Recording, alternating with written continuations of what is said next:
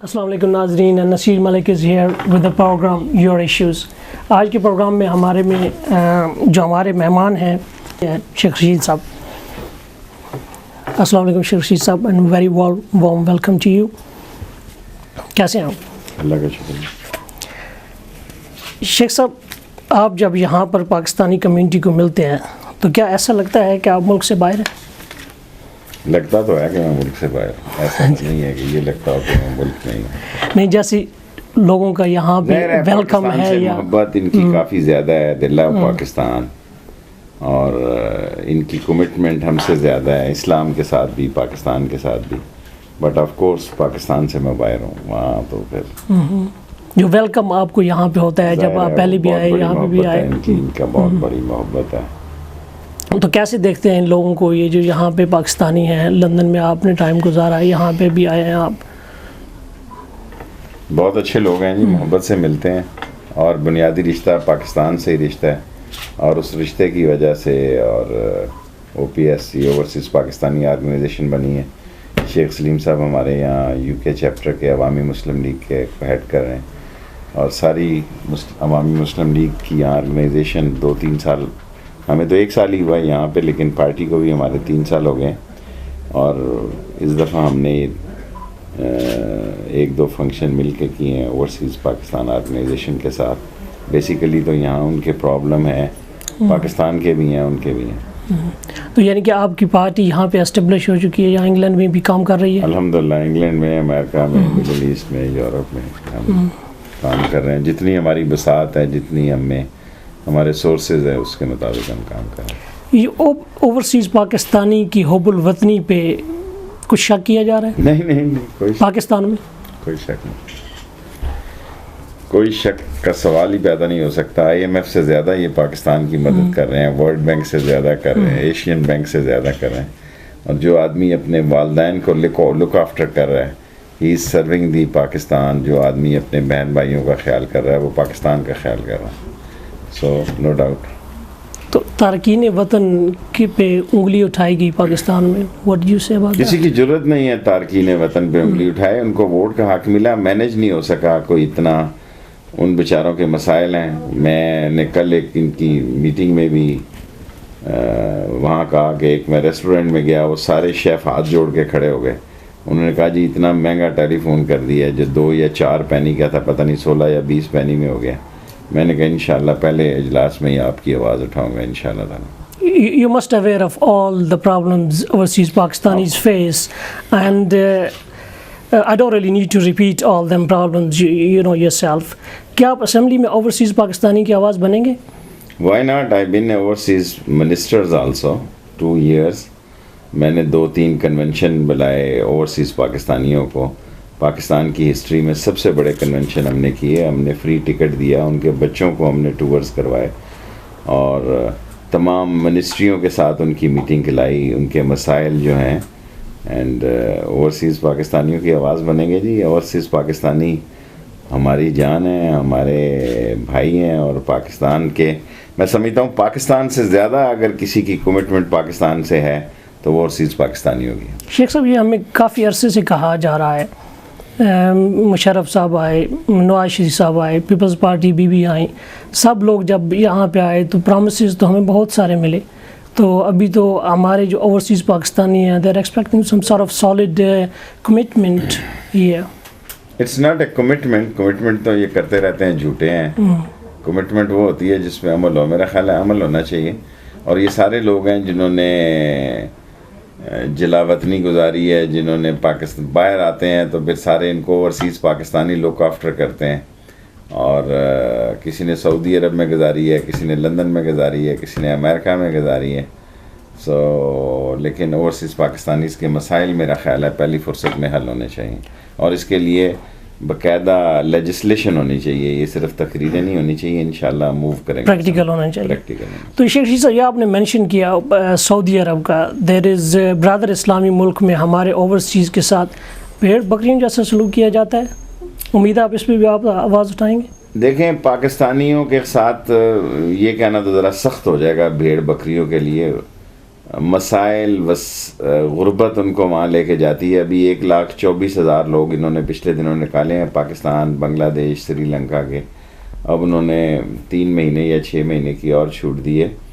اور اب پاکستان اپنی محنت سے اپنا لوہا منواتا ہے. کوئی اس کو خیرات میں تو نہیں ملتا، لیکن غربت سب کچھ کراتی ہے. اگر پاکستان کے اندر وہ وسائل ہوں اور ان کو جاب اپرچونٹی ہو تو اپنے وطن کو کون چھوڑنا چاہتا ہے؟ اپنے والدین کو کون چھوڑنا چاہتا ہے؟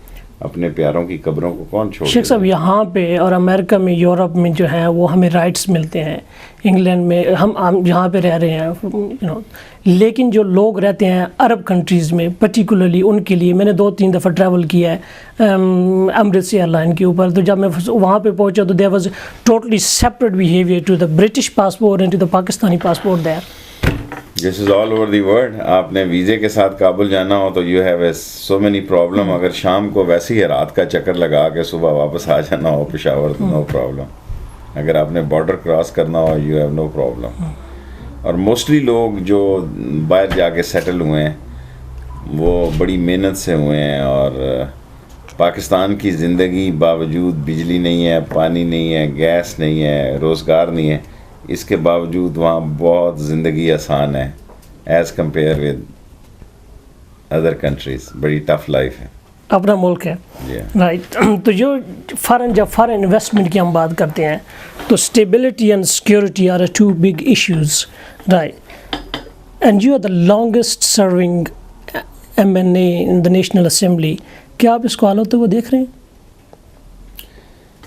میں 6-7 دفعہ میں انویسٹمنٹ کا بھی منسٹر رہا ہوں. اسحاق ڈار نے مجھ سے یہ منسٹری لی بعد میں آ کے، اور اس سے اسحاق ڈار نے مجھ سے جب ٹیک اوور کیا تو اسحاق خان کی جو نواز شریف صاحب سے لڑائی ہوئی اس کا ریزن ایک یہ بھی تھا، کیونکہ اسحاق خان کا یہ اسٹینڈ تھا کہ کم از کم شیخ رشید کا تو بینکوں میں کوئی انٹرسٹ نہیں ہے کہ اس نے کسی کو انویسٹمنٹ یا اس سے زیادہ حالات خراب نہیں ہو سکتے. اور ہمیں ٹھیک کیے بغیر دنیا ٹھیک نہیں ہو سکتی.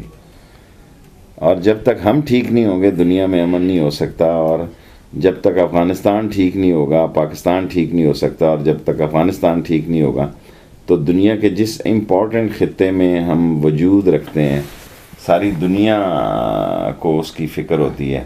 حتیٰ کہ ہمیں پاکستانیوں کو پاکستان کی اتنی فکر نہیں ہے جتنی دوسرے ملکوں میں یہ فکر ہے. اور ایک بڑی تبدیلی ہے مڈل ایسٹ میں بھی، اسلامی دنیا میں بھی. خدا ہم سے ناراض ہے.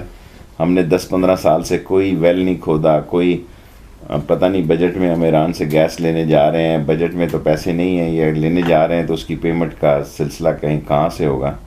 سو ہمارے پرابلم بھی بے انتہا ہیں لیکن ہم میں کوالٹی بھی بہت زبردست ہیں. جب ہمارے حالات ٹھیک ہوئے then people will be surprise کہ اتنا کون سی جادو کی چھڑی ہے جو اتنی جلدی ٹھیک ہو. آپ دیکھ رہے ہیں حالات ٹھیک ہوتے ہوئے next 5 years؟ Oh yes, I'm sure, as sure eggs are eggs. No doubt I have. I'm sure کہ اس سے زیادہ گنجائش نہیں ہے ہمارے پاس. ہمیں حالات ٹھیک کرنے ہوں گے. You just mentioned Afghanistan and Taliban. کافی لوگوں کا کنسرن ہے کہ mister Sheikh Rashid is pro-Taliban. Not a pro-Taliban. I believe that Taliban is the اور ان سے مذاکرات ہونے چاہیے، اس کا میکنزم طے ہونا چاہیے. اس میں کیا بات ہے؟ ملا عمر ایک حقیقت ہے.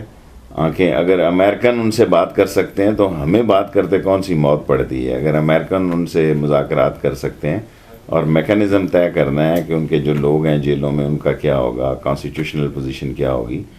اور آف کورس دیکھیں نا جہاں جہاں امریکن کی جو بھی پالیسی رہی ہو، کیا بنا ہے عراق میں؟ کیا عراق اب چلا گیا انڈیپینڈنٹ ہو گیا؟ نو وے. کیا بنا ہے لیبیا کا قذافی کے چلے جانے کے بعد؟ وہاں القاعدہ کی زیادہ گرپ ہو گئی، تو دو ایران کا زیادہ اثر ہو گیا ہے عراق پہ. اور ہمارے ملک میں طالبان جو ہیں وہ جیسا 2 طالبان کی بات جہاں پہ کی جا رہی ہے، شاید افغانستان طالبان اور پاکستان طالبان جو کانسٹیٹیوشن کو جو ہے وہ اس کو ریٹ کو چیلنج کر رہے ہیں. دیکھیں بیسک پرابلم یا ایشو جو ہے کہ اس وقت کے حالات میں پاکستان فورسز، ہمارے معاملات ایسے ہیں کہ ہمیں امریکنز کی پالیسیوں کے ساتھ کھڑا ہونا پڑا. مشرف کی بھی وہی پالیسی تھی، صدر زرداری صاحب کی بھی وہی پالیسی تھی، اور نواز شریف صاحب کی بھی وہی پالیسی ہے. We have no other option. دنیا میں کوئی تیسرا بلاک نہیں ہے. although we have a very good relation with China, but China economically اتنا سر جوڑ کے سر پھینک کے لگا ہوا ہے کہ دنیا کے کسی مسئلے میں ہی از کمیٹڈ ود پاکستان. ابھی وہ گوادر کی بندرگاہ میں اس نے اپنی انویسٹمنٹ شروع کی ہے جس سے دنیا اور انڈیا بڑا الارمنگ ہوا ہے. جی Sheikh will be coming to that later on in the programme. جو اسٹیبلٹی جو ہے, جو اسٹیبلٹی کے لیے جو ہے وہ سزا دینا امپورٹنٹ نہیں ہے. جب تک سزا لوگوں کو نہیں ملے گی تو کیسے اسٹیبلٹی آئے گی ملک کے اندر؟ دیکھیں, سزا اگر قانون کے تحت دینی ہے تو ان کے خلاف تو کوئی شخص شہادت دینے کے لیے تیار نہیں ہے. 42-44 امپورٹنٹ کیس ہوئے ہیں پاکستان میں, کسی نے وٹنس نہیں دی ان کے خلاف. قانون وٹنس مانگتا ہے. No, what about rest of the country? You know, looking at the going to Karachi, going to Punjab, other areas up and down the Karachi is country. a different situation. In Karachi, I haven't heard there is any suicide after Benazir Shaheed, maybe one or two. In last 10 years, there were less suicide attacks, but there is a target killing, and there are so many other reasons for these target killings.